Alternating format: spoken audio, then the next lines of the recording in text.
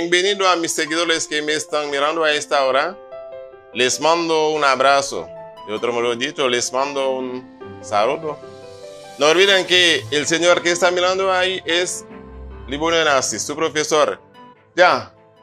Ahora vamos a hablar acerca de estas expresiones siguientes. Vamos a ver cómo lo pueden utilizarlas. Ok, es muy fácil. Ya, ahora vamos a hablar sobre el estudio de estas siguientes expresiones. Mucho, poco, demasiado. O mucha, poca, demasiada. O muchos, pocos, demasiados. O muchas, pocas, demasiadas. Alors, nous disons bienvenue avec tout le monde qui suit nous sur le channel Langue Tout Partout. Et je veux dire, nous allons étudier l'expression sayo, qui c'est mucho, poco, demasiado, ou bien mucha, poca, demasiada, ou bien muchos, pocos, demasiados, ou bien muchas, pocas, demasiadas. Qui ça signifie? Mucho signifie en pile, beaucoup. Poco signifie peu, ticras. Demasiado signifie trop. Ahora vamos a hablar acerca de las siguientes expresiones. Mucho, mucha, muchos, muchas, poco, pocas, demasiado, demasiada. Ok. Bien.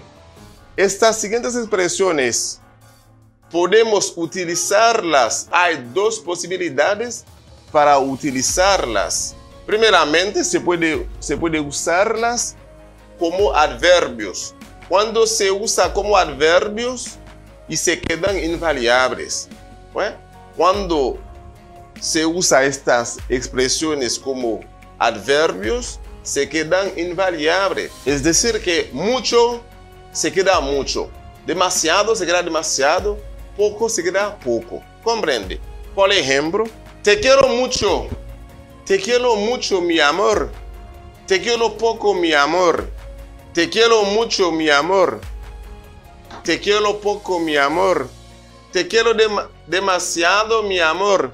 No se puede decir, te quiero mucha, mi amor. Te quiero poca, mi amor. Te quiero demasiada, mi amor. No, eso no se puede decir. Que sea un hombre, que sea una mujer. ¿Ok? Un hombre no puede decir eso a una mujer. Y tampoco una mujer no puede decir eso a un hombre. Una mujer no puede decir a un hombre, ah, ¿sabes que te quiero mucho? No.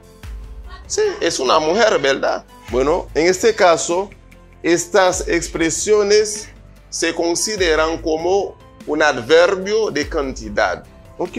Ya que es un adverbio de cantidad, eso se queda invariable. Bien. Cuando se consideran como un adjetivo, es así, ¿se acuerdan?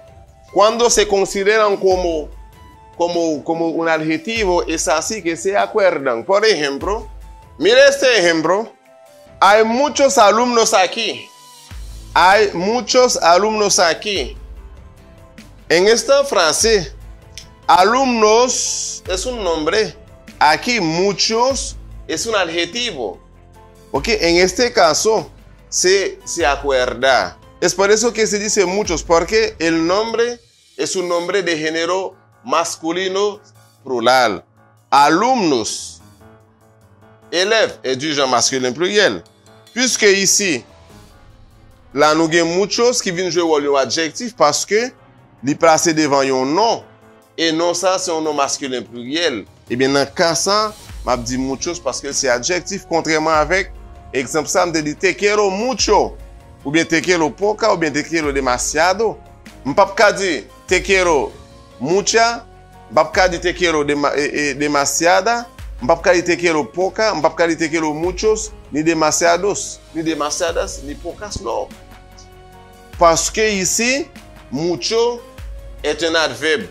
Puisque mucho est un adverbe, dans le cas ça, la prêté comme ça, c'est-à-dire la prêté invariable. Ok. Mais l'indécent là, eh bien, mucho placé devant un nom. Puisqu'il se trouve devant un nom, et ce nom est du genre masculin pluriel, dans ce cas, mucho est du genre masculin pluriel aussi. Hein? Ça s'accorde avec le nom. Maintenant, on dit muchos. Ici, c'est un adjectif. Ce n'est pas un adverbe de quantité, mais c'est un adjectif qu'on a ici. OK? Pas de problème, non? OK, regardez. OK, mire un ejemplo. Aquí se dice hay muchas casas vacías. Muchas casas vacías. OK. Aquí hay muchos alumnos aquí. Hay muchos alumnos aquí. Aquí se dice muchos porque alumnos es de género masculino plural. Ok, en este caso tenemos un adjetivo. Y ahí te quiero mucho, o poco, o demasiado. No se puede acordar eso. Bueno, no se puede acordar eso porque es un adverbio, no es un adjetivo. Y hay muchas casas vacías. Hay muchas casas vacías. Son adjetivos. Muchas casas. Casas es de género masculino, femenino, plural. Muchas casas muchas se acuerda porque se coloca delante de un nombre de género femenino, plural. Se dice casas. Ya que casas es de género femenino, plural, en este caso, mucha se acuerda. Oh, mucho se acuerda. Ok. Mucho se acuerda. Se dice mucha. Ok. Se dice en vez de mucho, se dice mucha. No puede decir mucho porque muchas casas vacías. Ok. No hay problema. Bien. Nous avons parlé de l'emploi de mucho.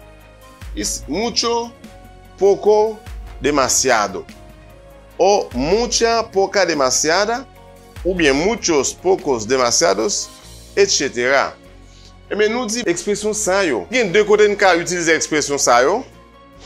Premièrement, nous ka utiliser yo comme adverbe. Autrement dit, il y a deux façons nous capables d'utiliser expression. La première façon, nous capables d'utiliser comme adverbe. OK? Les habitudes comme adverbe, les ça pas gagner accord. Ça veut dire, mucho après mucho, poco après poco, demasiado après demasiado. Ouais? Si m'abdou je t'aime beaucoup, me dit je te quiero mucho. Ou si m'abdou je ne t'aime jamais, me dit no te quiero nunca. Même si son fille ou t'eye, ou abdi un garçon remen ou bien, ou pas de jam remen, ou ga dit no te quise mucho. Ouais? No te quise mucho. M'pas très mon en pile. Y no te quiero mucho. OK? No te quiero mucho. Me dit no te quise mucho. Ouais? On fait qui dit ça. No te quise mucho. O no te quiero mucho. Bien qu'elles sont fil pas qu'à dire no te quiero mucha. Là, mucha c'est un adverbe. Puisque mucha sont adverbes, puisqu'elles sont adverbes, dans le cas ça, la prêté invariable, je ne peux pas dire mucha. C'est mucho pour me dire. Quand c'est adverbe, ou dit mucho, ou dit poco, ou dit demasiado. Il n'y a pas ni mucha, ni poca, ni demasiada. Ni muchos, ni pocos, ni demasiados. Ni muchas, ni pocas, ni demasiadas. OK? Mais, deuxième façon, nous pouvons utiliser comme adjectif. Qui l'aime pour connaître son adjectif? Pour connaître son adjectif, c'est le placer devant un nom. Ma connaître c'est un adverbe, c'est le placer devant un verbe. Ouais? L'aime fin jouer un verbe et puis tout de suite après verbe blanc, nous jouons une expression ça yo, eh bien la adverbe. Laissez devant un nom placé, ouais, l'aime un nom qui vient après, mais qu'on a la accordé. Sinon en masculin singulier, la mucho ou bien demasiado ou bien poco. Si le féminin singulier la mucha ou bien demasiado ou bien poca. Si le masculin pluriel la muchos ou bien pocos demasiados, féminin la muchas, la pocas, las demasiadas. No sé si se cree. ¿Eh? Es claro para todo el mundo. Ya. Ok, ahora vamos a hablar acerca de también. También y tampoco. También y tampoco. Ok. ¿Dónde se usa también? ¿Y dónde se usa tampoco? Nous allons parler de l'emploi de también et tampoco. Tan bien et tan poko qui bon ka utiliser ou bien employer yo. Qui ça signifie? Tan bien signifie moi aussi, mais moi-même tout. Tan poko signifie moi non plus. En créole, qui signifie moi-même tout. Ouais? C'est peut-être ça me dit moi aussi, moi non plus. Ou ka ouais. Mais si me dit tous les deux en créole, ou ka pas ka ouais, ça m'a dit. Hein. Vous comprenez? Parce que tampoco signifie non plus, ou bien moi-même tout. Tambien signifie aussi, ou bien moi-même tout. Ok? Ça va? Ok. Empleo de tambien y tampoco. L'emploi de tambien et tampoco. ¿Dónde se usa también? Se usa también. Ok, vamos a ver cómo se puede usar la palabra o la expresión también. También se usa en una oración positiva o en una oración afirmativa. También se usa en una frase o una oración positiva. Por ejemplo, yo lo quiero, ella también. Yo lo quiero, ella también. Je le veux, elle aussi. Ouais? Moi vrel, moi remel. Li même tout. Ella también. Ouais? Es una oración positiva. O es una frase positiva. ¿Ok? En una frase positiva no hay ningún problema para usar también. Y es ahí que puede usarlo. ¿Ok? Y tampoco. ¿Dónde se usa tampoco? Lo usa en una oración negativa. ¿Dónde se usa tampoco? Se usa tampoco o lo usa. ¿Ok? Esta expresión significa reemplaza tampoco. Lo usa en una oración negativa. Nous utilisons tampoco dans une phrase négative. Ok? C'est peut-être ça. También signifie aussi. Tampoco signifie non plus. Mais quand il y a les maps dit moi-même tout en créole, tous les deux ont le même sens. Si ça moun dit, m'bra dit moi-même tout, son bagage positif, et m'a dit moi aussi. Me dit moi-même tout. Moi-même tout. Si ça moun dit son bagage négatif ou bien bagage négatif, m'a dit moi-même tout. Mais c'est ça pour me dire. Pourtant, français c'est moi non plus ou bien moi aussi. Mais créole là c'est moi-même tout. Ou presque pas de différence là. C'est peut-être ça. Nous prend thème français qui te dit moi aussi et moi non plus ou bien aussi et non plus. OK. Et en una oración negativa se usa tampoco. Por ejemplo, tú no me quieres, yo tampoco. Tu ne m'aimes pas, moi non plus.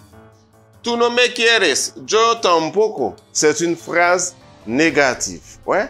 Ici, on emploie tampoco.